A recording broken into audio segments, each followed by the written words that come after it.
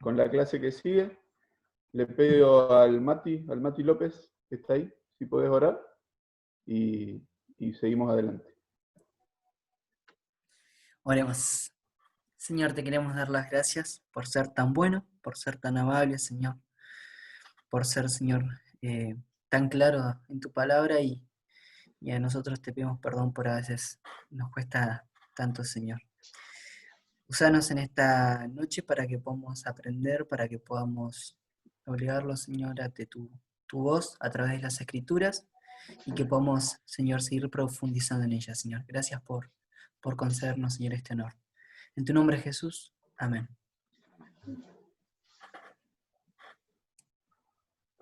Bueno, vamos a continuar iniciando con la materia que sigue. En este caso tiene que ver con la segunda parte de la que vimos en el cuatrimestre anterior, libros históricos. Voy a poner para compartir la pantalla como para ir viendo, para ir teniendo alguna orientación con algunos gráficos y algunos conceptos. La idea es que por ahí visualmente nos vaya quedando alguna de las cosas que tenemos en el material, que esto ya está en el material, y lo que podemos resumir o por ahí sintetizar del material y de algunas otras fuentes, lo vamos poniendo en estas placas, en estas diapositivas, como para que lo tengamos visualmente, pero eso no quita que vayamos al material y que también vayamos a la misma palabra. Recién en la clase anterior, Osvaldo nos contaba que Romanos tiene 16 capítulos y hay solo 6 clases. Bueno, nosotros tenemos un montón de capítulos, son varios libros, son 6 libros que están agrupados en esta materia, y la idea no es hacer un análisis exhaustivo de cada verso, de cada palabra, que sería lo que en el estudio bíblico sería exegético, punto por punto, texto por texto, sino más bien la idea es tener una panorámica, tener alguna idea global, como para que después el que tenga interés lo pueda seguir haciendo. Por eso tiene mucho que ver con lo que ya estudiamos, pero no importa el que no estuvo en el cursado de lo anterior, todo esto también se puede ver como temas particulares. Entonces, en los libros históricos tenemos como concepto, como idea, como objetivo de este estudio, el estudio panorámico, y eso tiene que ver con algo global, con algo amplio, desde Josué hasta Esther, son 12 los libros, ahora lo vamos a recordar, con los aspectos básicos, qué tiene que ver con su trasfondo histórico, de qué venía en la historia, sobre todo el pueblo de Israel, y qué enseñanza o alguna enseñanza espiritual, alguna aplicación moral espiritual que nos vaya dejando como para tomarlo. Y esto haciendo referencia a los textos que los vamos a recordar en Romanos 15:4, 1 Corintios 10, 6 y 11, lo vamos a volver a leer porque es nuestro sustento, nuestro apoyo para ir a la antigüedad o a los libros de la antigüedad, del Antiguo Testamento, siempre relacionados con los libros del Nuevo Testamento, la enseñanza de este tiempo para nosotros, para la Iglesia, que la encontramos centralmente en el Nuevo Testamento. La enseñanza y donde nos afirmamos con la enseñanza bíblica siempre es en el Nuevo Testamento, que aclara, que le da luz a todo lo que venía o lo que Dios ya venía revelando desde el principio de la humanidad, desde el Génesis. Entonces, si alguien quiere habilitar su micrófono y leer Romanos 15:4, y otro que tenga preparado ahí cerquita, primera carta a los Corintios 10, 6 y 11, los leemos, los recordamos y seguimos adelante. Por favor, quien quiera, Romanos 15, 4, como para participar. Tienen que estar... Porque las cosas que se escribieron antes, para nuestra enseñanza las escribieron, a fin de que por la paciencia y la consolación de las Escrituras tengamos esperanza. Bien, ahí tenemos, se escribieron para nuestra enseñanza, a fin de que por la paciencia y la consolación de las Escrituras tengamos esperanza. Hay un claro objetivo, hay una clara idea de Dios de que sigamos mirando las Escrituras desde la antigüedad para nuestra enseñanza. Y la carta a los Corintios 10, 6 y 11, ¿algún voluntario o voluntaria?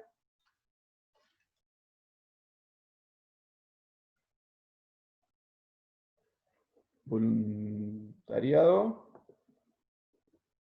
A ver, ¿quién se anima a leer en voz alta? Así no me escuchas. Estas cosas sucedieron como ejemplo para nosotros a fin de que no codiciemos lo malo como ellos lo codiciaron. ¿Y el 11? ¿Sí? Estas cosas le sucedieron como ejemplo y fueron escritas como enseñanza para nosotros, para quienes ha llegado el fin de los siglos. Entonces, para enseñanza y para ejemplo nuestro, vamos a ser sabios si vemos lo que nos deja la Escritura y tomamos ejemplo para nosotros.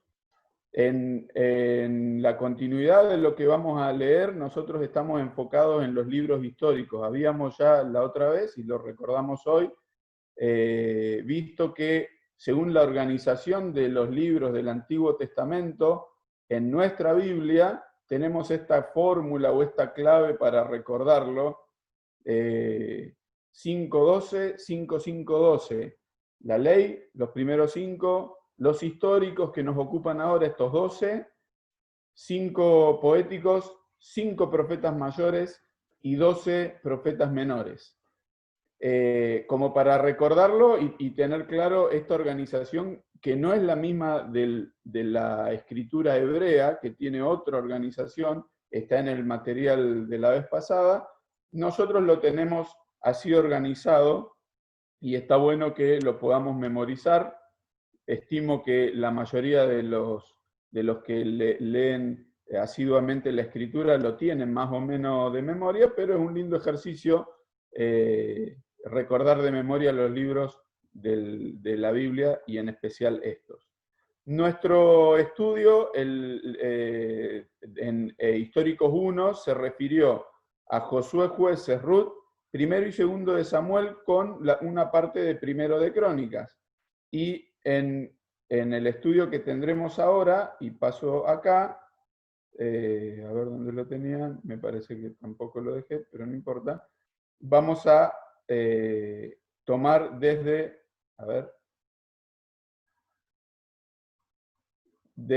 Históricos 2, que es la materia que tendremos este cuatrimestre, desde el reinado de Salomón, que inicia en el primer libro de Reyes. Así que eso es lo que nos va a ocupar estas 6 clases. Tenemos que tomar alrededor de 6 años, así que es importante todo lo que vamos a sobrevolar o analizar. En este cuadrito que tenemos acá, que se me volvió a ir, ahí está, tenemos relacionados los libros según el momento histórico en el que se escriben.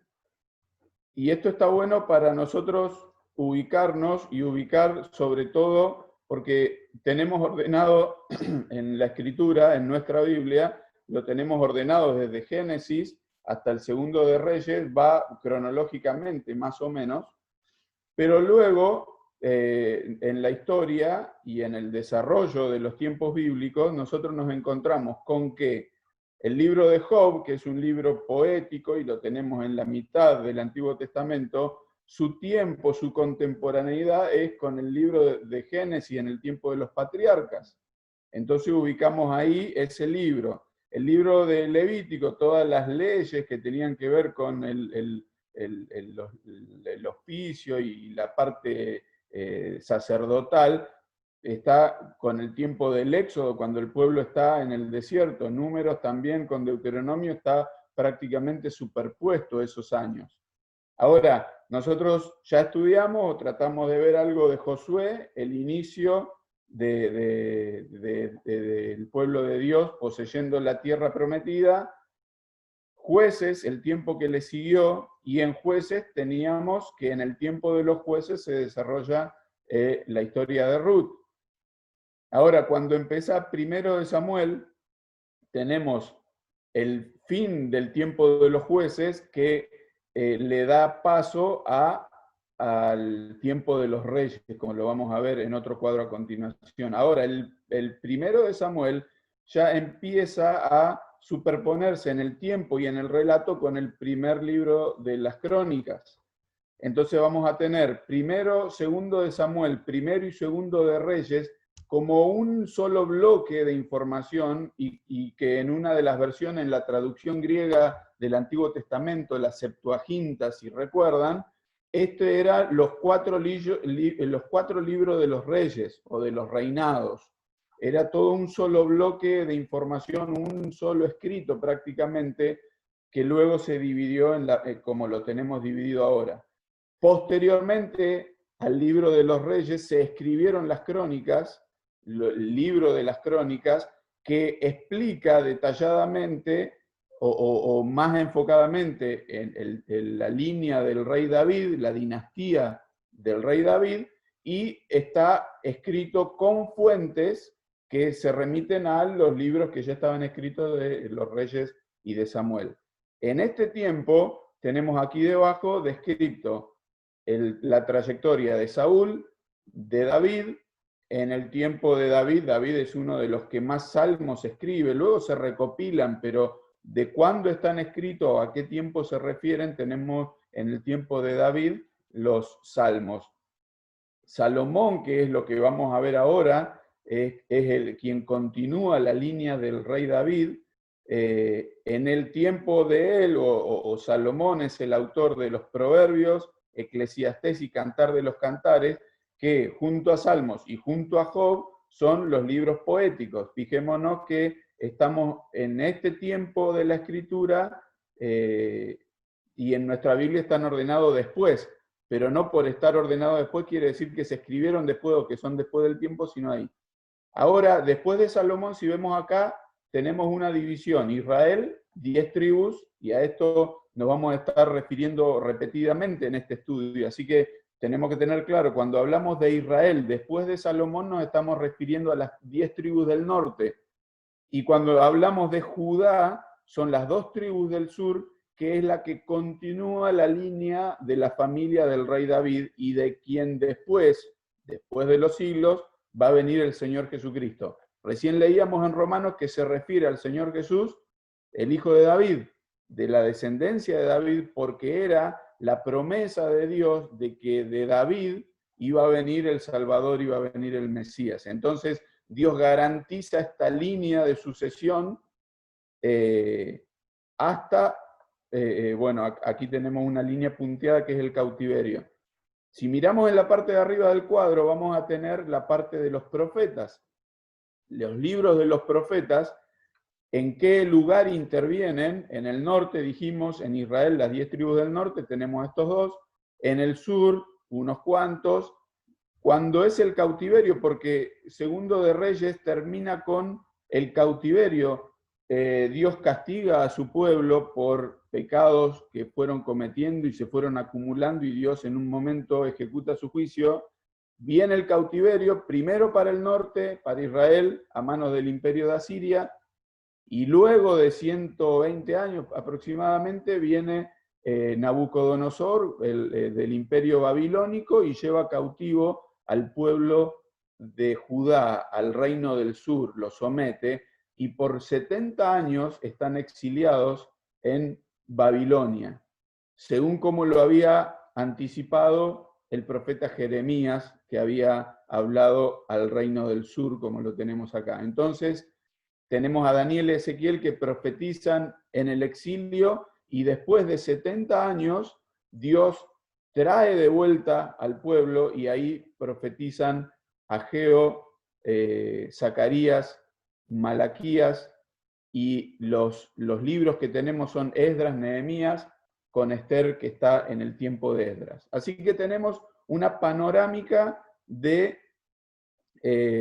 los libros que tenemos en el Antiguo Testamento, y nosotros tenemos para estudiar en nuestro estudio ahora de Históricos 2, el primero de Reyes, el segundo de Reyes, el segundo de Crónicas, Esdras, Nehemías y Esther. Eso va a ser el objeto de nuestro estudio.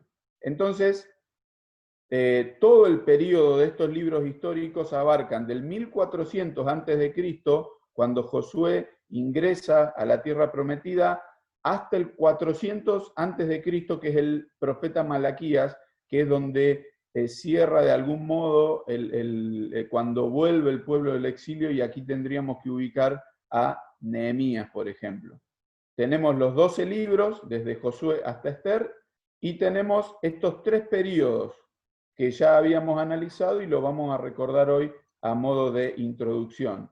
El teocrático, donde la propuesta de Dios para el pueblo, el gobierno es de Dios, Dios gobernando al pueblo, y lo hace a través de jueces, en quienes delega la autoridad, pero son los jueces, es Dios mismo a través de los jueces el que gobierna.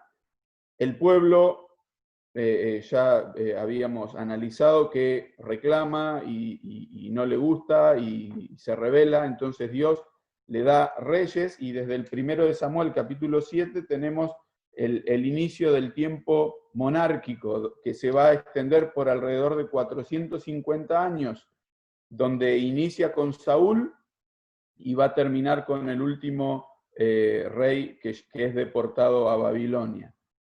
Y luego de este tiempo que habíamos dicho de cautividad y de exilio, de castigo de parte de Dios, viene el tiempo de la restauración, donde no va a volver a ser el reino anterior, sino que van a ser momentos, pero siempre sometidos a imperios o naciones extranjeras. Entonces, para detallarlo un poquito más, tenemos ahí los libros que corresponden al tiempo teocrático, del 1400 al 1050, alrededor de 450 años.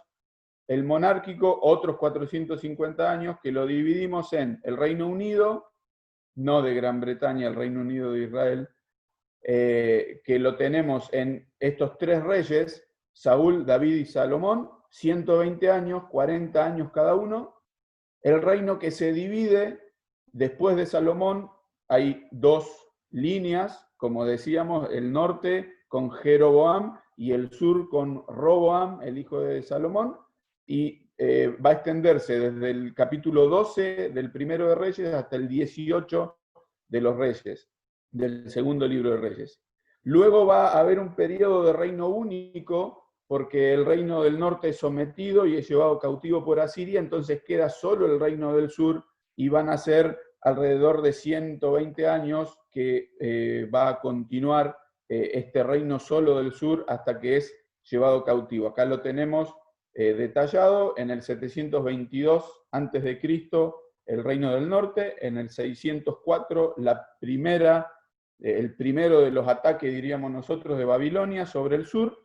Van a ser 3 ataques a lo largo de los años, y en el 586, luego de alrededor de 15 años, vuelve Nabucodonosor con el ejército, y ahí destruye el templo y es llevado definitivamente el pueblo de Israel cautivo. A la vuelta de esta cautividad tenemos la restauración en el 536 a.C., primero con Zorobabel, luego con Esdras, luego con Nehemías.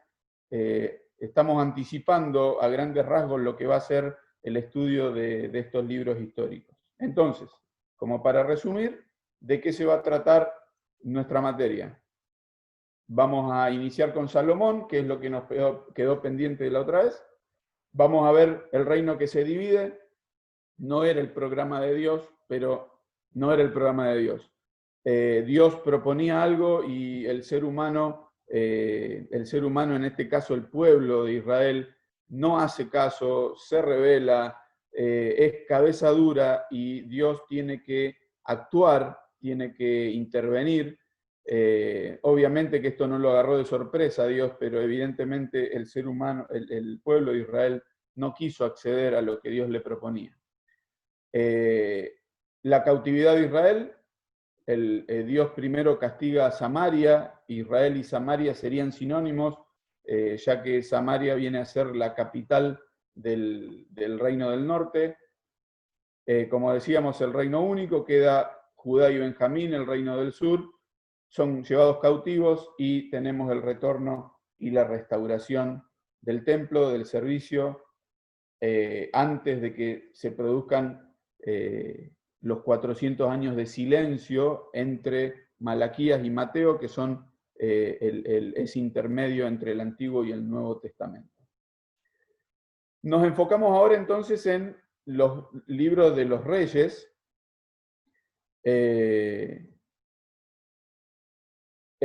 Como para pensar, esto no era que lo iban escribiendo a medida que pasaban los acontecimientos, es una recopilación, es una composición de material, escribiendo qué fue lo que sucedió por los datos que tenemos en los libros de primero y segundo de Reyes. El escritor o el compilador llega a escribir acerca de lo que le pasó al rey Joaquín en la liberación en Babilonia. Estuvo 37 años preso este rey, que llevado cautivo lo liberan, eso se registra, pero no se registra la vuelta de los primeros judíos. Entonces entendemos que en ese rango de esos 30 años fue escrito, un poquito más, fue escrito esta compilación de datos y de historia del pueblo de Israel. Las fuentes que se utilizaron, mucho de oralidad seguramente, y también crónicas ya escritos, ahí sí que los reyes ya desde aquel tiempo tenían sus escribientes, serían los periodistas del día de hoy que iban escribiendo a medida que sucedían las cosas y se iban registrando. Sobre todo se registraban los triunfos, las cosas grandes que hacían, y los reyes se ocupaban de que quedaran para la historia, ¿no? Su paso por la historia. Entonces, hay referencia en el libro de los reyes, hay referencia a las crónicas de los reyes, por ejemplo, de Salomón o de Jeroboam, que tenía sus escritos, y también hay referencia al libro de profetas que tenían escritos donde se incluían historia, y de ahí el recopilador saca para armar y para determinar toda esta línea cronológica, porque en los libros de los reyes vamos a tener un orden cronológico donde se va alternando entre el reino del norte y el reino del sur para componer todo lo que fue la historia, dando cada caso y cada rey en particular. Tenemos algo para destacar, que es que la medida que se usaba, el parámetro que se usaba para determinar si un rey era bueno o era malo, era el de los del sur, cómo se habían comportado en referencia a David. Entonces, si habían andado en los caminos de David, eran reyes buenos. Y si habían dejado los caminos de David, su padre, se menciona al David el padre como siendo el patriarca, diríamos, o el que da inicio a la dinastía del rey David. En el reinado del norte, en Israel, tenemos para destacar que son todos destacados como malos. No hay un rey, diríamos nosotros, que zafe, que digamos más o menos era aceptable. Son todos malos. Son 19 reyes que en el paso del tiempo todos son designados como malos. Y la medida era la idolatría a que había llevado el primero de los reyes del norte, que es Jeroboam, y ya lo vamos a estudiar en su debido momento. Hay dos reyes, está acá abajo descrito, destacados como sobresalientes, que son Ezequías y Josías, y no caprichosamente estos reyes son destacados por esto, porque sobre todo tuvieron que ver con el avivamiento espiritual del pueblo, de devolver el servicio del templo, de devolver la devoción a Dios, de buscarle nuevamente, de quitar los ídolos. Se ocuparon especialmente de eso y son destacados por estas acciones. Hubo también otros, los tenemos ahí también, Asa, Josafat, Joás, Amasías, Azarías y Jotam, que también son alabados por haber tenido un corazón recto y un corazón inclinado a agradar a Dios. Todos los otros, de los otros 21, notemos que de 8 o 21, la mayoría no son destacados por buenos, sino por no haber querido obedecer a Dios. Así como veíamos desde el tiempo de los jueces que había una inclinación del pueblo a irse tras los ídolos, es el mismo problema y el mismo tropiezo que tiene el pueblo de Israel en todo este tiempo. Y si hay algo que aprendieron a través del castigo y de la cautividad es no haber vuelto a la idolatría, pero lo que tampoco consiguieron fue descubrir al Señor Jesús como el Mesías que vino a su debido momento. Entonces, nosotros tratando de recordar un poquito, en David, que es el que origina la dinastía que Dios dispuso que fuera de esta línea familiar de quien viniera el Mesías, un hombre, dice la Escritura, conforme al corazón de Dios, un hombre que Dios lo eligió, no así como otros que fueron elegidos por el pueblo, sino que fue elegido por Dios. Dios miró su corazón y encontró un corazón conforme a su corazón. David no era perfecto, pero tenía un corazón de acuerdo al corazón de Dios. Un corazón humilde, un corazón perdonador sobre todo. Si nosotros recordamos la última parte de la vida de David, donde sufrió mucho de parte de personas y siempre estuvo en el corazón de David perdonar. Gente que le hizo muy mal, gente que lo traicionó, que quería verlo muerto, y David, vez tras vez, no obró con odio y con venganza, sino todo lo contrario, siempre con un espíritu perdonador. Entonces, este David, elevado por Dios, que aún en su tropiezo y en su pecado, buscó a Dios pidiendo perdón, y Dios le perdonó, aunque quedó una mancha, lo referido a su pecado con Betsabé y con Urías, habiendo hecho todo un complot para que perdiera la vida. Aún así, Dios lo destaca, y vamos a ir al Primero de Reyes como para empezar nuestro análisis de lo que vamos a ver hoy rápidamente. En el capítulo 1 y 2, David ya está grande, y entonces empieza todo lo que es una intriga familiar, una intriga de palacio, para ver quién se va a quedar con el reinado después de David. Acá en este gráfico lo que tenemos es el alcance del reinado de David.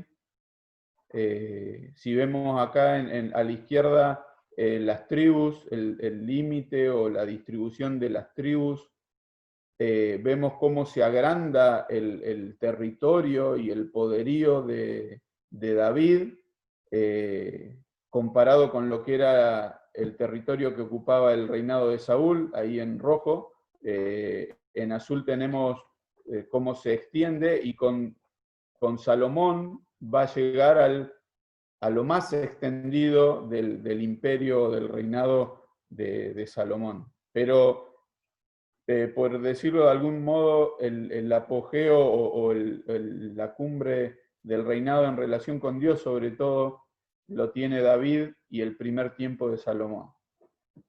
Entonces, ahí va a quedar para después, para que lo veamos en 7 líneas, lo que fue la vida de Salomón, y lo vamos a ver ahora en algunos acontecimientos particulares, como para poder ir registrándolo en la palabra, y también cada uno en forma particular y sacando enseñanza, porque hay mucho de ejemplo y mucho para pensar, sobre todo en las posibilidades que tenemos de parte de Dios y los sabios que tenemos que hacer, sabios respecto de Dios, para hacer como Dios quiere y para tener el éxito que Dios quiere. Vamos a descubrir que Salomón tuvo mucho éxito a nivel humano.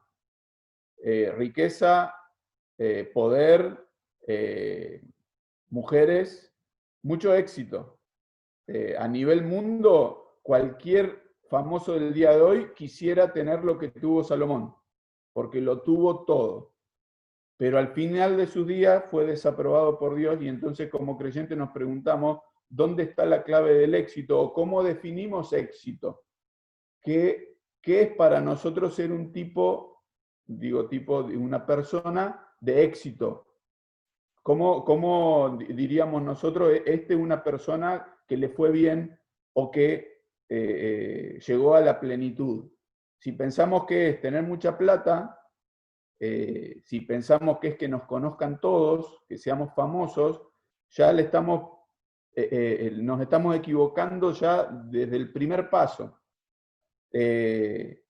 Y Salomón la tuvo toda a nivel humano, pero tenemos que ver en su primer tiempo qué fue lo que Dios destacó y qué fue lo que Dios aprobó. Entonces, vamos a Primero de Reyes, capítulo 1, y nos encontramos con un personaje que es Adonías, y en Adonías, que era uno de los hijos de David, uno de los hijos mayores, y al haber muerto Absalón, que era el hijo que en la línea sucesoria podía ser como uno de los primeros, Adonías ve como una posibilidad de acceder él al trono. Entonces empieza a urdir toda una trama de palacio, política, para quedarse con el reino. David ya estaba grande. David dice en los primeros versos que le habían buscado a una doncella, a una chica que lo arropara y que lo acompañara en la cama en las noches de frío. Uno se pregunta por qué ninguna de sus esposas se ocupaba de esto, de acompañarlo en su cama cuando hacía frío. La verdad que uno no sabe, no sabría yo la respuesta. ¿Por qué le tienen que buscar a una chica que haga esto? Más allá de que no tuvo relaciones con ella, pero era la acompañante del rey. Y entonces, en el verso 5 nos dice que Adonías, hijo de Agit, se rebeló diciendo, yo reinaré. Y se hizo de carros y de gente de a caballo y de 50 hombres que corriesen delante de él. Y su padre nunca le había entristecido en todos los días con decirle, ¿por qué haces así? Además, este era de muy hermoso parecer y había nacido después de Absalón. Parece que la genética de David era buena, ¿no? Porque dice de los hijos que eran pintones, ¿no? De Absalón dice que también no había ni uno con la pinta que tenía Absalón, pero eso también le jugaba en contra por hacerlos jactanciosos, por hacerlos orgullosos. Aparte, acá tenemos como primera característica que era consentido, o que nunca le habían dicho en casa, parece, ¿qué estás haciendo? O portate bien, o deja de hacer eso. Nunca le dijeron por qué haces así. Entonces, como buen hijo de poderoso, creía que atropellaba y hacía lo que quería. Parece que de chico había sido así. Y él mismo se autoproclama o se autodesigna y dice, yo reinaré. No le faltaba autoestima, parece, a Adonías. Entonces él mismo se dispone a ser rey, ya busca carros, gente de a caballo, se arma de un pequeño grupo que lo siga en su idea, y desde el verso siguiente empieza con 2 hombres, con Joab, que era el general del ejército de David, un hombre bastante cruel, bastante duro, y Abiatar, un sacerdote, que estaban de su lado, y en estas alianzas políticas se los busca para que lo ayuden y le sigan el juego. Convoca un banquete, se empieza a disponer como para ser designado rey. Entonces, al enterarse la otra línea, la línea que apoyaba a Salomón, la línea que apoyaba a Betsabé, la reina, entonces con Sadoc a la cabeza y con Benaía, otro que iba a ser posteriormente general de Salomón, entonces van con David, le dicen lo que está pasando y reconocen a Salomón, y cuando le dicen a David, mirá, están diciendo que el rey es Adonías, lo están proclamando a él, entonces rápidamente dispone David que lo proclamen a Salomón como rey. El sacerdote Sadoc lo lleva a un lugar que es el arroyo de Guión, que está al norte, diríamos, o al costado de la ciudad, y allí lo proclaman rey. Cuando se enteran los partidarios de Adonías que lo habían proclamado a Salomón, eso lo leemos en el verso 41, lo oyó Adonías y todos los convidados que con él estaban, cuando ya habían acabado de comer. ¿Por qué se alborota la ciudad? Declararon a Salomón rey. Entonces, cuando escuchan que habían declarado como rey a Salomón, a instancias de Betsabé con David, por eso hay todo un entramado, pero desde antes, lo tenemos ahí registrado en el primero de Crónicas, no lo vamos a leer, pero desde antes ya había sido destinado Salomón a continuar con la línea de David. Por eso David obra rápidamente, porque si no, si era declarado Adonías, había que destronar a un rey, y eso ya era todo un problema. Entonces, obran rápidamente, lo designan a Salomón como rey, y los partidarios enseguida lo dejan solo a Adonías. ¿Y Adonías qué hace? Cuando se la ve complicada, va al templo, o a donde estaba donde se hacían los sacrificios, todavía no estaba el templo, se agarra de los cuernos del altar, dice, pidiendo clemencia, pidiendo no me hagan nada, porque ya veía que, bueno, obraban así, ¿no? Cuando había uno que medio que le quería serruchar el piso, enseguida venía para sacarlo del medio. Entonces, en el 50 nos dice que Adonías, con el miedo de Salomón, se asió de los cuernos del altar, verso 51, Adonías tiene miedo del rey Salomón, entonces júreme hoy el rey Salomón que no matará a espada a su siervo. Entonces Salomón le pone una condición: si vos te portás bien no pasa nada, y Salomón le dice, vete a tu casa, como diciendo, lo vamos a dejar ahí. Entonces, Salomón en este momento es coronado cuando David ya está en sus últimos tiempos, dice el capítulo 2, verso 2. David le dice a su hijo, yo sigo el camino de todos en la tierra, esfuérzate y sé hombre, guarda los preceptos de Jehová tu Dios, andando en sus caminos, observando sus estatutos, dice más abajo, para que prosperes en todo lo que hagas y en todo aquello que emprendas, para que confirme Jehová la palabra que me habló, diciendo, si tus hijos guardaren mi camino andando delante de mí con verdad de todo su corazón y de toda su alma, jamás, dice, faltará a ti varón en el trono de Israel.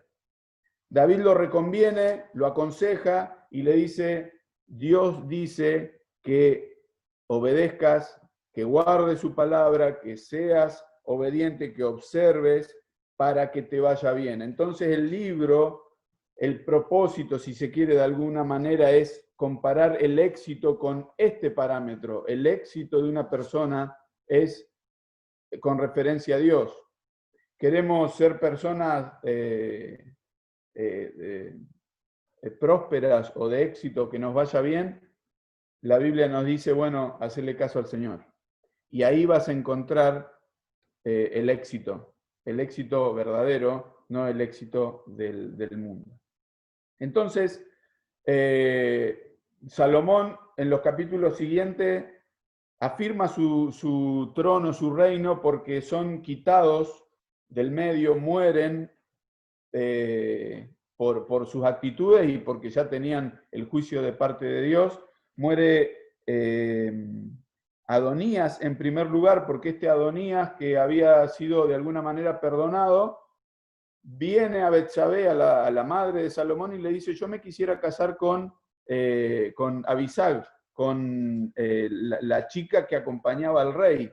Y entonces acá se ve toda una intención de ver cómo hacer para tener un atajo, para de vuelta buscar un lugar que no le correspondía. Así lo entiende Salomón y lo manda matar. Abiatar, el otro sacerdote de la línea de Elí, si recordamos en Samuel, en el libro de Samuel, Dios le había dicho al sacerdote Elí que por lo que había hecho, por su actitud, Dios iba a sacar del sacerdocio a su familia. Abiatar era el último exponente en el servicio, y aunque habían pasado los años, se cumple en que Abiatar lo saca del sacerdocio. Salomón saca a Abiatar, eso lo encontramos en el 27, en el 2:27, echó Salomón a Abiatar del sacerdocio, lo mandó a su casa y salió de ese lugar. Luego, Joab, el general de David, que también había actuado de manera muy mala, matando gente cuando no había que hacerlo, y había sido condenado por David ya. Salomón, por lo que había pasado, también es ejecutado Joab, así termina su vida, y queda un enemigo más, que es Simei, una persona que había ofendido y había conspirado contra David, y que también Salomón le había dicho, bueno, no te muevas de Jerusalén, que se quede cerca, siendo enemigo, no te va a pasar nada. Este Simei desobedece, lo encontramos en el capítulo 36, y es quitado también como uno de los que conspiraban y de los que no traían tranquilidad y estabilidad al poder de Salomón como rey. Entonces, con todos estos actos, Salomón es confirmado en el pueblo, en el reino del pueblo de Israel, en el reino todo unido. En el capítulo 3 ya encontramos un primer tropiezo. Por una alianza política, Salomón se casa con la hija del faraón. Era muy beneficioso, sobre todo para establecer ya a nivel diplomático, a nivel internacional, un lugar, porque estaba casado y estaba haciendo alianza con otra casa real, pero evidentemente, más allá de los beneficios políticos, económicos, comerciales que pudiera tener, no era lo que Dios quería, pero Salomón hizo parentesco con el faraón, tomó a la hija del faraón, y hasta el último momento, por lo menos, pareciera que esta es la reina que fue la esposa reina de Salomón, por lo que después dice más adelante el libro. Ahora vamos a detenernos en este capítulo 3. Aquí tenemos un bosquejo del capítulo 3, donde dice 3:3, Salomón amó a Jehová andando en los estatutos de su padre David. Solamente sacrificaba y quemaba incienso en los lugares altos. Esto que pareciera como algo malo, en este momento, los lugares de donde se ofrecían los sacrificios todavía no estaba determinado por lo que luego va a ser el templo. Entonces, es muy lindo la primera frase que dice que Salomón amó a Jehová. En 2 de Samuel 12:24 dice que Dios amó a Salomón. Y vemos una hermosa inquietud de parte de este joven. No nos dice con precisión la Escritura a qué edad accedió al trono Salomón, pero por alguna referencia se estima que tendría alrededor de 15, 16 años Salomón. Era jovencito. David le dice al pueblo, es un mozo tierno, en otra versión de la Biblia, es un jovencito. Y entonces, como era un joven, por algo vemos aquí qué actitud toma este muchacho, que es rey, que ya tiene una gran responsabilidad sobre el pueblo de Dios. En el 3:5 dice que se le apareció a Jehová en Gabaón. Gabaón era el lugar donde estaba instalado hasta ese momento el tabernáculo, aunque el arca estaba en Jerusalén, el arca de Dios. Se le apareció una noche en sueños y le dijo, pide lo que quieras que yo te dé. Miren si Dios nos apareciera un día y nos hiciera esta misma pregunta. Pedí lo que quieras. ¿Qué le pediría a vos? ¿Qué le pediría a usted? Había un hermano en Córdoba, en una iglesia en Córdoba, del campo era él, y él dice, mira, si Dios me preguntara eso, yo le pediría un campo, 200 vacas y un molino, con eso estoy. Él pedía eso, con eso se arreglaba. Ahora, Salomón, a esta generosa oferta de parte de Dios, que Dios le dice, mira, tenés a tu disposición lo que quieras. ¿Qué vas a pedir? Entonces, Salomón se reconoce, y esto lo leemos en el 6 y el 7, después si quieren leerlo con detenimiento, Salomón se remite a lo que Dios había tratado con su papá, con David. Tú hiciste con mi padre misericordia, ¿verdad? Porque él anduvo delante de ti. Y esta gran misericordia me permitís a mí ahora estar en este lugar. Y yo soy joven y yo no sé, yo no puedo. Qué buena actitud de Salomón, que a pesar de que ya tenía el reino, de decir, Señor, yo me reconozco que esto es demasiado para mí.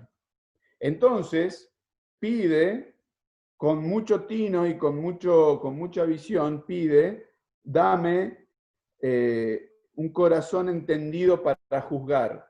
Esto de pedir sabiduría en este contexto tiene que ver, Señor, yo necesito saber qué decisiones tomar, cómo guiar al pueblo, porque yo soy joven, el pueblo no es fácil, es muy grande y yo quiero saber qué hacer. Entonces, dame sabiduría. Es bárbaro mirar que Dios le dice, me agrada la decisión que tomaste, porque no estás pensando en el aquí y ahora, estás pensando más allá. Y pensando en esto, dice el verso 10, agradó delante del Señor que Salomón pidiese esto.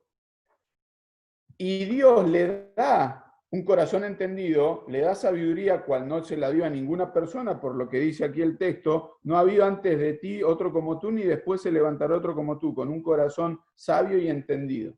Nadie va a tener la capacidad que tenés vos. Pero aún también, lo que no pediste te lo voy a dar también.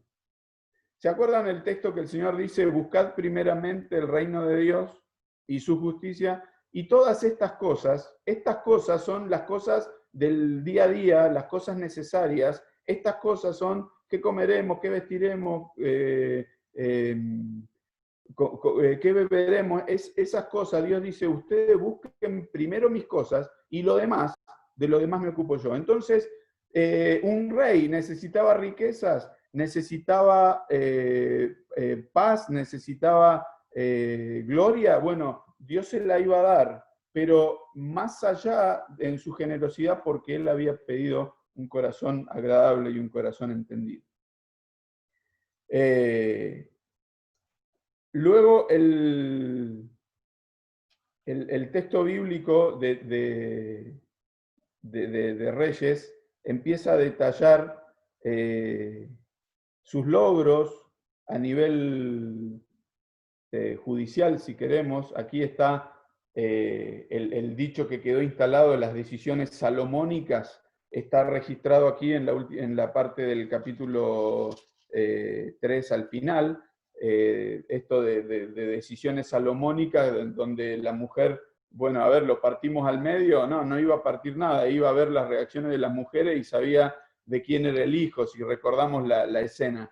Entonces quedó instalado esta frase, una decisión salomónica, porque había actuado con sabiduría, con idea, con lógica, tomando buenas decisiones. Dios le da esa capacidad para poder ser un buen gobernante.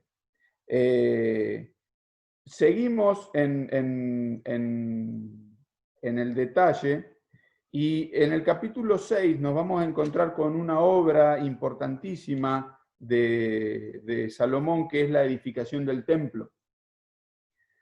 Salomón se destaca por ser un rey constructor de grandes obras.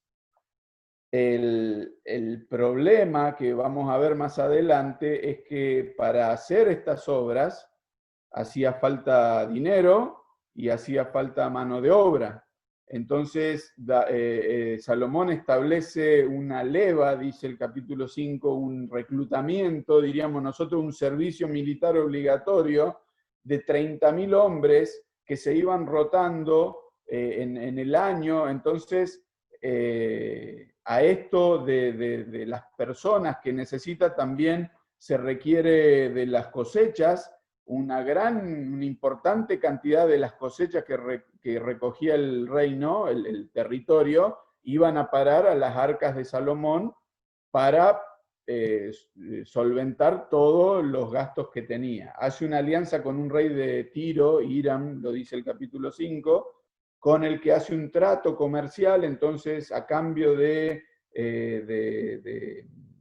cosechas y de aceite, entonces le mandaban madera, le mandaban oro, le mandan también personal para trabajar, y todo este intercambio que hizo del esplendor del reino de Salomón empezó como a caerle pesado al pueblo, porque era impuestos, era mano de obra.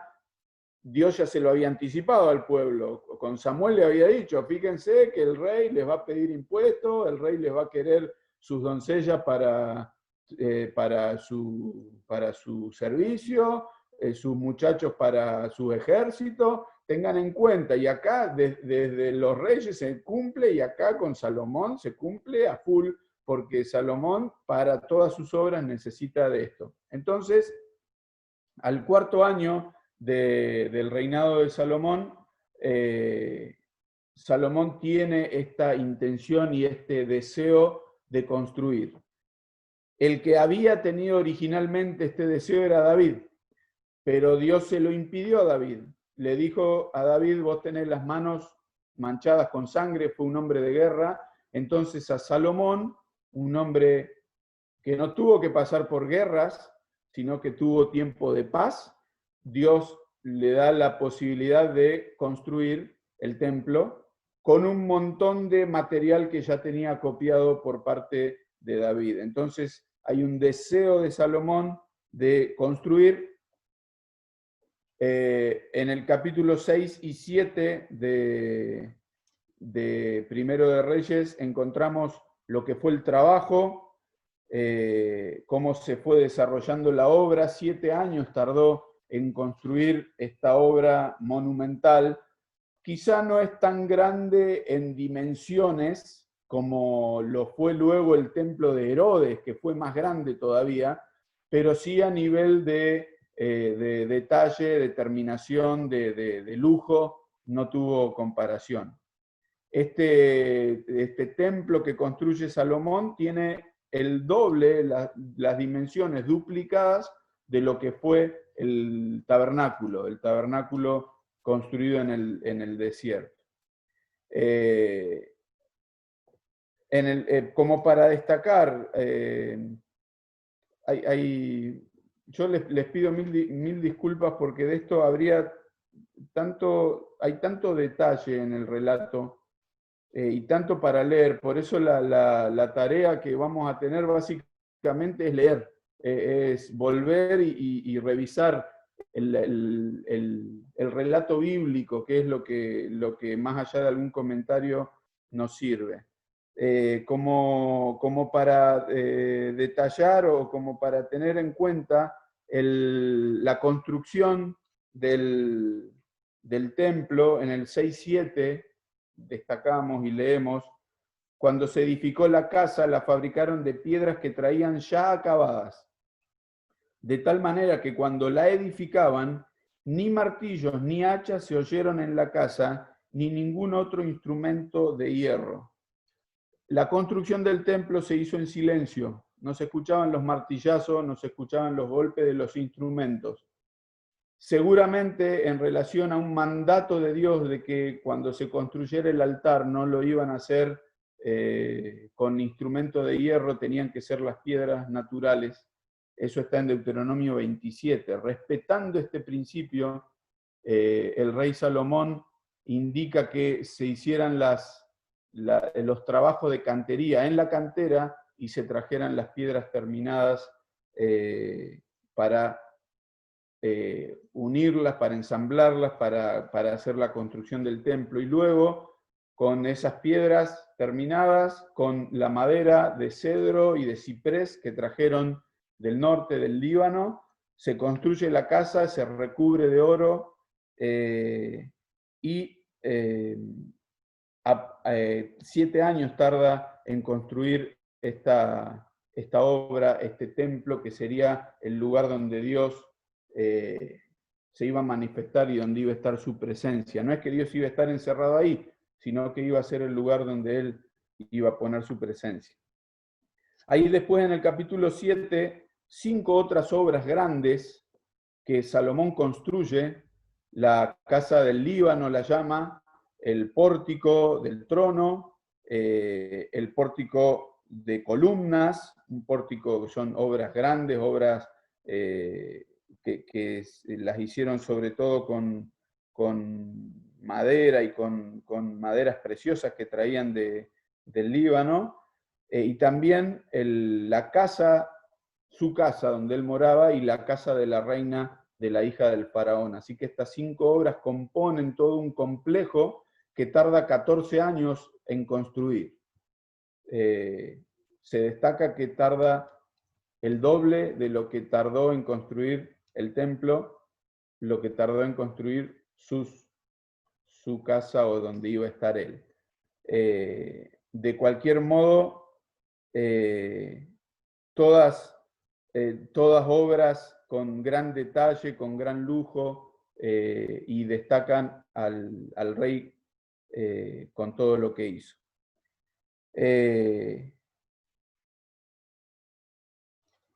Seguimos adelante rápidamente. En el capítulo 8 tendríamos para leer todo lo que fue la obra del mobiliario para el templo y del traslado del arca, que estaba en Jerusalén, pero en una tienda donde la había dejado David, y la trasladan al lugar santísimo, al lugar donde iba a estar ubicada el arca en el templo. Y Reyes y Crónicas destacan que cuando es dejada el arca ahí, le sacan las varas que servían para transportarla. Son sacadas y son puestas de algún modo que se vieran que estaban ahí las varas sacadas, apoyadas en el piso, pensando uno que la idea era como que era un lugar ya definitivo, no se iba a andar movilizando más el arca, iba a ser un lugar más permanente donde estuviera el arca de Dios. Ahora, en el capítulo 8 vamos a encontrarnos con la dedicación. Es todo un acontecimiento en el que Salomón convoca al pueblo, a los representantes del pueblo, y dedica esta obra, este templo para Dios. En el 8:10 destacamos: cuando los sacerdotes salieron del santuario, la nube llenó la casa de Jehová, y los sacerdotes no pudieron permanecer para ministrar por causa de la nube, porque la gloria de Jehová había llenado la casa de Jehová.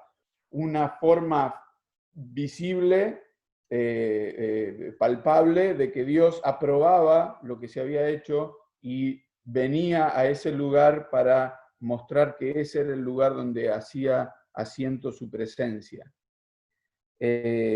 Salomón hace una hermosa oración a continuación, donde se pregunta en el verso 27, ¿es verdad que Dios morará sobre la tierra? Los cielos, he aquí los cielos de los cielos no te pueden contener, cuánto menos esta casa que yo he edificado. Con todo tú atenderás a la oración. Salomón es consciente de que Dios no lo podemos meter en una cajita y tenerlo ahí guardadito. Así es el Dios de la religión. El Dios de la religión se puede dejar guardado en una capillita. El Dios de la religión se puede llevar colgadito de un crucifijo. Ese es el Dios religioso. El Dios de la Biblia, el Dios en el que creemos, los cielos de los cielos no lo pueden contener, es un Dios grandísimo. Pero Dios tiene la grandeza de mostrarse en ese lugar para decirle al pueblo, acá estoy y voy a estar con ustedes. Aún así, en toda esta oración, fijémonos, en el verso 31 dice, si alguno pecare. Verso 33, si tu pueblo fuere derrotado. Verso 35, si el cielo se cerrara y no lloviese. Verso 37, si en la tierra hubiese hambre.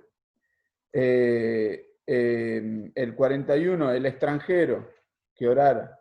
El 44, si tu pueblo saliera en batalla. Verso 46, si pecaren contra ti. Todos los condicionales, si pasara todo esto y el pueblo se arrepiente y el pueblo te busca, cada vez después de todos estos textos que leemos, dice, tú oirás, tú oirás, tú oirás. Porque iba a estar atento Dios a la voz de su pueblo si lo buscara, si lo buscara. Y nosotros pensamos cómo el pueblo, teniendo la presencia de Dios tan cerca, ¿por qué no lo buscó? Y a veces nosotros, teniéndolo tan cerca, ¿por qué no lo buscamos? Primero a Él. Primero su presencia, primero lo que le agrada. Y Salomón pide en esta oración que estén abiertos tus ojos, un texto hermoso de la Biblia en el 8:29, que estén tus ojos abiertos de noche y de día sobre esta casa, sobre este lugar del cual has dicho, mi nombre estará allí, y que oigas la oración que tu siervo haga en este lugar. Señor, tené compasión de nosotros y míranos. Míranos en nuestra debilidad y en nuestra posibilidad tan inmediata de que nos equivoquemos en cualquier momento. Tené tus ojos abiertos, porque si nosotros te buscamos, vos nos vas a escuchar. Tenemos toda la oración ahí y al final hay una gran celebración de parte del pueblo, de parte de Salomón, alegrándose por tener esto con ellos. Ahora, y para ir cerrando, Salomón se le había presentado en Gabaón al rey Salomón y le había preguntado, ¿qué querés? Perdón, me corrijo. Dios se le presentó a Salomón en Gabaón diciéndole, pedí lo que quieras, y a su elección Dios lo bendice. En el capítulo 9, Dios vuelve a presentársele a Salomón, igual que la vez anterior, y le dice en el 9:3, yo he oído tu oración y tu ruego que has hecho en mi presencia. Yo he santificado esta casa que tú has edificado para poner mi nombre en ella para siempre, y en ella estarán mis ojos y mi corazón todos los días. Garantiza su presencia y su atención. Y si tú anduvieres delante de mí como anduvo David tu padre, en integridad de corazón y en equidad, haciendo todas las cosas que yo te he mandado y guardando mis estatutos y mis decretos, yo afirmaré el trono de tu reino sobre Israel para siempre, como hablé a David tu padre, diciendo, no faltará varón de tu descendencia en el trono de Israel. Mas si obstinadamente os apartareis de mí, dice el verso 7, yo cortaré a Israel de sobre la faz de la tierra que les he entregado, y esta casa que he santificado a mi nombre, yo la echaré de delante de mí, e Israel será por proverbio y refrán a todos los pueblos, y esta casa que está en estima, cualquiera que pase en ella se asombrará y se burlará. Dios recibe el templo y dice, yo voy a estar acá, pero no te creas que porque el templo está acá, ya está, no pasa más nada. Y el pueblo de Israel cometió este error, creyó, tenemos el templo, miren el templo, era un templo que no tenía comparación en todos los reinos de la tierra, entonces decían, ¿cómo Dios, nos va a pasar algo si acá está el templo? Y Dios dice, si ustedes no me buscan de corazón, por más templo y por más lo que quieran, va a venir el castigo si ustedes no andan de acuerdo a lo que yo digo. Lamentablemente así pasó, pero Dios le propone a Salomón este pacto donde la condición era que sean obedientes y que observen lo que Dios les proponía. Tenemos un detalle de color, porque han pasado 20 años después de haber edificado Salomón, y entonces el rey que había provisto materiales, Hiram, había cumplido con su parte del trato, al parecer, había mandado todo el oro que quiso, pero era un intercambio. Entonces parece que Salomón se ha quedado corto de tributos, de impuestos, y entonces le da unas cuantas ciudades en el norte, por la parte de Galilea. Y en el verso 13, cuando Hiram de Tiro ve la ciudad y no le gustan, dice, ¿qué ciudades son estas que me has dado, hermano? Y les puso por nombre la tierra de Kabul, nombre que tiene hasta hoy. Kabul quiere decir bueno para nada. ¿Se acuerdan cuando a Natanael le dicen, che, encontramos al Mesías de Nazaret? ¿De Nazaret puede salir algo de bueno? Claro, si Nazaret estaba en el norte, en estas ciudades que se les decían son buenas para nada, son malísimas, no las quiere nadie, las tenía muy en menos y al parecer Salomón ha concentrado toda su gloria y todo lo bueno en el sur, en Jerusalén y alrededores, y se ha olvidado un poco de la parte norte del reinado. Y han quedado medio, diríamos ahora, eran como los barrios de emergencia o los barrios vulnerables. Bueno, parece que eran las ciudades vulnerables, porque las habían dejado medio de costado. Se la da al rey y el rey que viene dice, mirá lo que me diste, medio que no me gusta para nada. Uno de estas situaciones son las que hacen que los impuestos sean casi insoportables para el pueblo, los impuestos que había puesto, valga las palabras, Salomón. Tenemos acá un gráfico de lo que sería el templo, muy parecido a lo que era el tabernáculo, solamente que se edificaron alrededor cámaras, piezas, habitaciones que servían para almacenar cosas y también seguramente para el alojamiento de los sacerdotes que tenían que oficiar en el templo. Entonces tenemos 10 candelabros, 10 mesas, afuera hay una fuente grande que se le llama el mar de bronce y 10 pilas o 10 fuentes movibles que sirven para el oficio en el santuario, y en el lugar santísimo es donde se ubica el arca. Ahí tenemos un gráfico de lo que sería algo así el edificio por fuera. Las dos grandes columnas de bronce que se pusieron en la entrada. Tenemos el episodio de la reina de Sabá que habla de la fama y de la gloria que tuvo Salomón. Entonces esta reina viene trayendo acertijos, trayendo preguntas que Salomón en su sabiduría contesta, y dice el Señor Jesús que esta reina condenará a todo el pueblo que habiendo tenido a alguien más grande que Salomón no tuvo el mismo interés por conocerle como hizo la reina de Sabá. Seguramente los que creemos en el Señor Jesús y le buscamos con sinceridad, cuando lleguemos al cielo, vamos a repetir las palabras de esta reina que dijo al final, de todo lo que me contaron, esto no es ni la mitad. de todo lo que nos han enseñado y contado del Señor Jesús, de su palabra, cuando lleguemos al cielo vamos a decir, no es nada comparado a todo lo que teníamos reservado. Y nosotros llorando por cuándo podremos salir de la cuarentena, cuando tenemos la promesa de todas las cosas que nos esperan en la Biblia. No quiere decir que tengamos que estar a lo alto y chochísimo por lo que nos toca vivir, pero sí mirando al cielo, teniendo la esperanza de lo que nos espera. Vamos a cerrar, tenemos ahí el mapa de cómo se extendió el reino de Salomón al sur, haciendo frontera con Egipto, con quien hizo alianza y con quienes tenía negocios, al norte, ya tocando el río Éufrates, con toda la parte de Siria.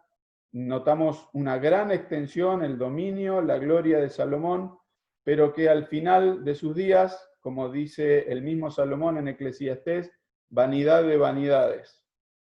La ostentación que tenía el rey Salomón, la esplendidez que derrochaba, todos los cubiertos del rey del palacio eran todos de oro, dice la Escritura. Después, si quieren revisar ahí los textos, las porciones están detalladas. Hay una ostentación tan grande de material, los trajes, el mobiliario. Hay una prosperidad nacional que la descubrimos en el 29, donde notemos el pueblo se inclina por el comercio. Y hay un comercio particular con Egipto. Dice, venía y salía de Egipto el carro por 600 piezas de plata y el caballo por 150. Así los adquirían por mano de ellos todos los reyes de los heteos y de Siria. Notemos, Salomón está equipando con armamento a los que van a ser sus propios enemigos tiempo después. Por el comercio, por hacer negocio, está proveyéndole a sus propios enemigos de lo que van a usar luego contra ellos mismos en equipamiento de guerra. Pero esto traía riqueza al reino. Comerciaban con carros, con caballos, cosas que Dios había dicho bien detalladamente que no hicieran. Y el reino, diríamos, la pasa bien económicamente. Ahí en el verso anterior leemos que cada uno de los israelitas estaba abajo de su higuera y de su parra. Diríamos que había un esplendor bárbaro en el reino. Vivían seguros. Pero en este vivir seguros empieza una decadencia y el rey Salomón empieza a juntarse, a buscar mujeres, y llegó a tener 1000 mujeres para él solo. Una costumbre de los harenes del oriente, de tener mujeres disponibles para él, pero notamos ya a un punto que no alcanzamos a entenderlo prácticamente, 300 mujeres reinas, 700 concubinas, y cada una traída del extranjero y cada una con su rey, con su Dios. Y entonces Salomón, en función de darle los gustos, diríamos nosotros, les hace a cada una, al parecer, el lugar donde pudiera continuar adorando a su Dios. Y nos dice, y leemos con mucha tristeza, 11:5, Salomón siguió a Astoret, diosa de los sidonios, a Milcom, ídolo abominable de los amonitas. Salomón hizo lo malo ante los ojos de Jehová. Verso 7, edificó Salomón un lugar alto a Quemos, ídolo abominable de Moab, y en un monte que está enfrente de Jerusalén, y a Moloc, ídolo abominable de los hijos de Amón. Astoret, asociado con la prostitución en sus ritos religiosos. Quemos y Moloc, asociado al sacrificio de los niños en el fuego. Y a esos ídolos Salomón le empieza a rendir culto, y en este olvidarse de Dios y dejarlo de lado, Salomón, en mucha sabiduría, diríamos, propia, pero no la utiliza para agradar a Dios, sino que la utiliza para darse los gustos o o seguir sus propios caminos. Leemos ahí el 33. Han adorado, repite los dioses a los que había seguido Salomón, y cuando acá estamos leyendo de un profeta que le anticipa a otro hombre, a Jeroboam, que él iba a quedarse con 10 tribus de las 12 del reino, porque justamente quien tenía que ser fiel a Dios no lo había sido. Siendo tan sabio, esa sabiduría propia casi que le vuelve en contra, porque dijo: yo sé mucho y puedo tomar mis propias decisiones, pero las toma lejos de Dios. Dice el verso 9 que se enojó Jehová contra Salomón por cuanto su corazón se había apartado de Jehová, Dios de Israel.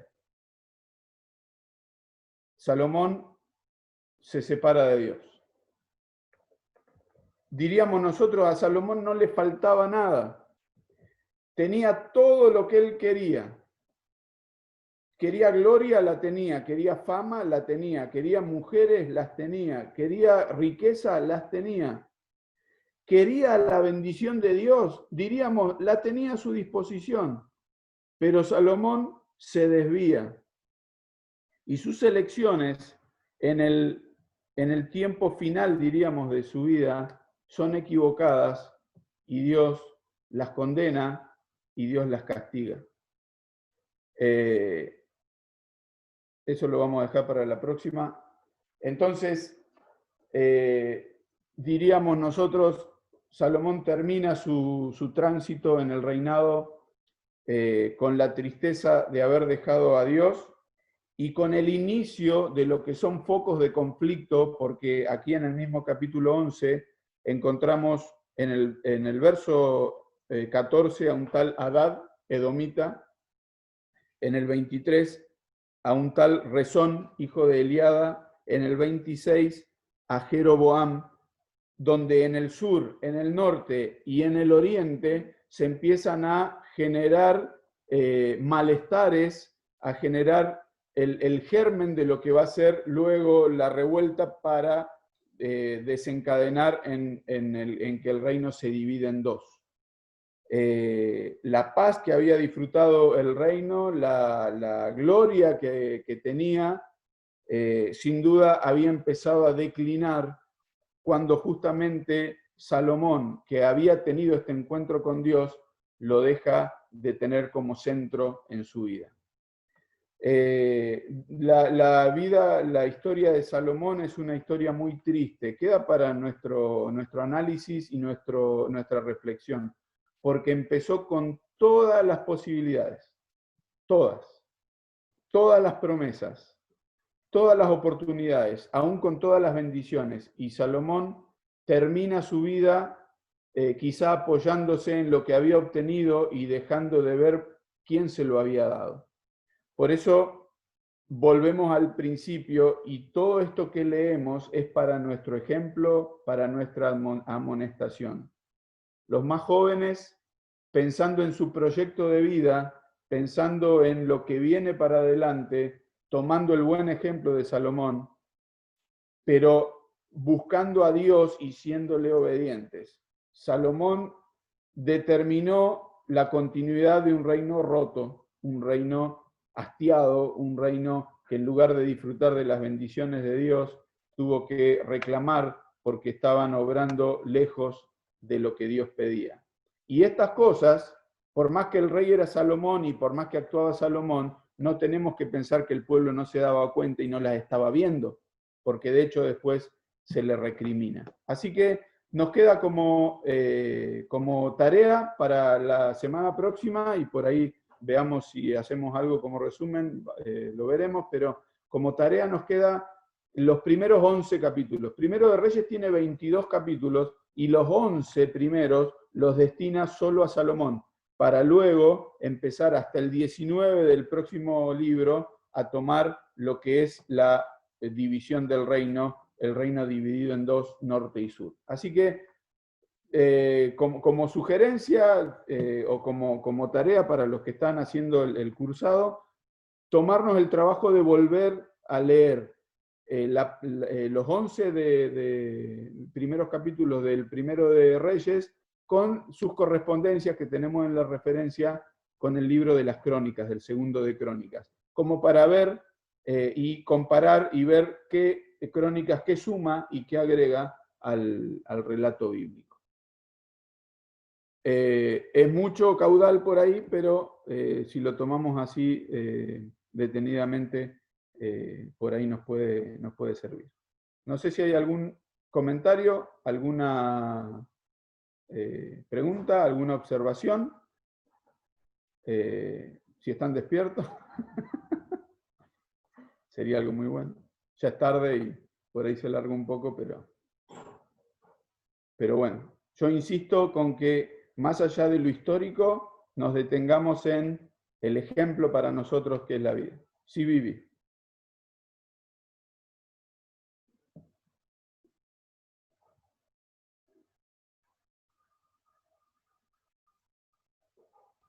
A ver, ahí está. Ahí va. ¿Otra vez? Ahí va. ¿Segunda de Crónico qué? Segundo libro de Crónicas, les digo justo hasta dónde, como para ver el relato.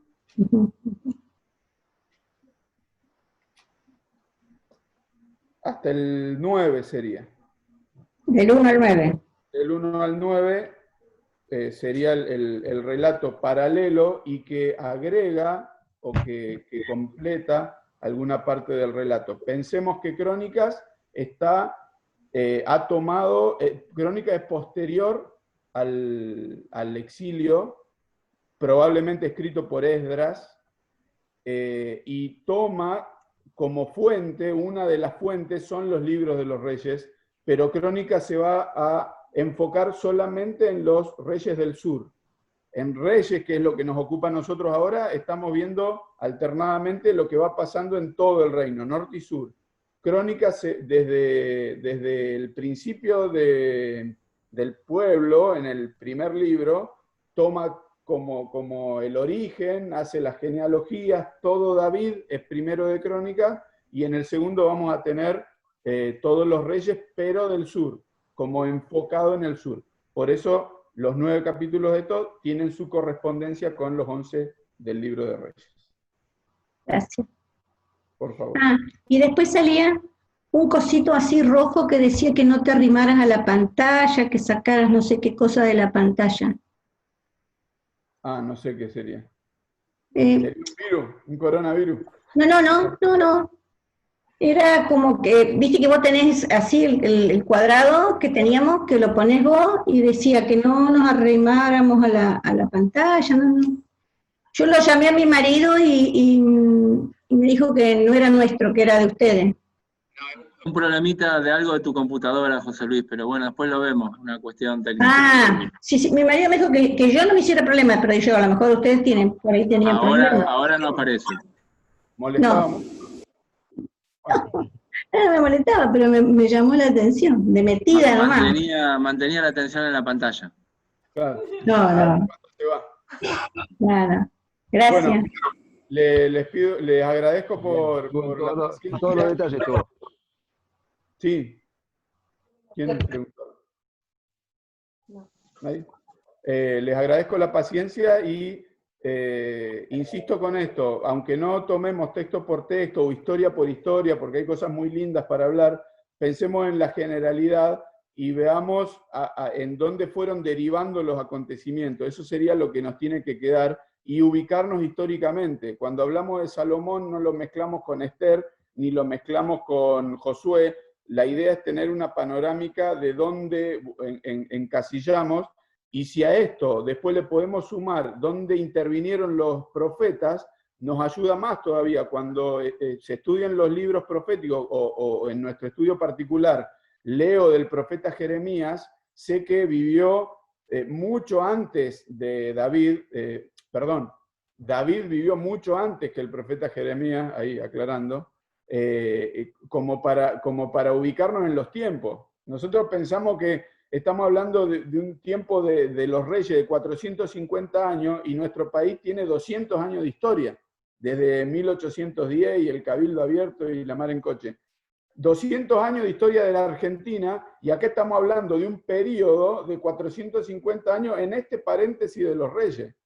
Entonces, notemos toda la historia y trayectoria que tiene el pueblo de Israel, y si a nosotros se nos complica con la historia de los presidentes argentinos, con la historia de los reyes de Israel, tenemos un gran lío. Lo bueno es que tenemos la Biblia como referencia histórica cierta, no acá que le tenemos que creer al historiador de turno y ponemos en duda la mitad de las cosas. Acá le creemos a lo que dice la palabra. Bueno, de mi parte, terminamos acá. No sé si hay alguna otra cosa más para agregar. Comentario, aviso clasificado, ninguna cosa. Bueno, concluimos. Simplemente que se anoten los que todavía no se registraron en la página del instituto. Ah, bien, bien. Hagan esa tarea los estudiantes del instituto porque ahí se van subiendo las notas y todo eso. La verdad es que habría que estar toda la noche en su aplicación espiritual ahora. Pero bueno, gracias Luis, gracias por la hermosa explicación, que es un material muy importante para poder tener en cuenta.